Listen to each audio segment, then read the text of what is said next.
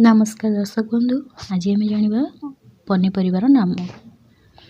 आलू आलू को इंग्लिश रे कौन कहती? पटाटो।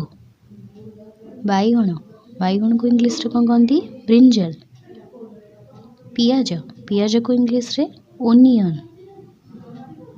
टमाटो टमाटो को इंग्लिश रे से टमाटो ही कहती। कखारू कखारू को इंग्लिश रे पम्पकिन कह जाए। कंदमूल कंदमूल को स्वीट पटाटो। काकुड़ी कुकुम्बर कुकुम्बर। नाली लंका को रेड चिली कह जाए। कंचा लंका को ग्रीन चिली कह जाए। अमृतभंडा जोटा कंचा थाए ताकू पपाया कह जाए, पाचिला को भी पपाया। देसी आलू बा माटी आलू को यम कह जाए। फूलकोबी कलीफ्लावर। बंधाकोबी कैबेज।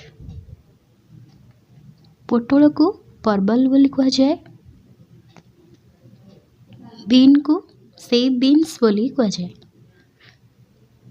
ग्रीन मटर को पीज बोली कह जाए। पोई को स्पिनाच स्पिनाच। कलरा को बिटर गार्ड। भिंडी लेडीज फिंगर। मूला को रेडिश कह जाए। छचिंद्रा स्नेक गार्ड। जन्ही रिज गार्ड। कंचा कदली रॉ बनाना। शिमला मरीच कैप्सिकम। रसुण गार्लिक।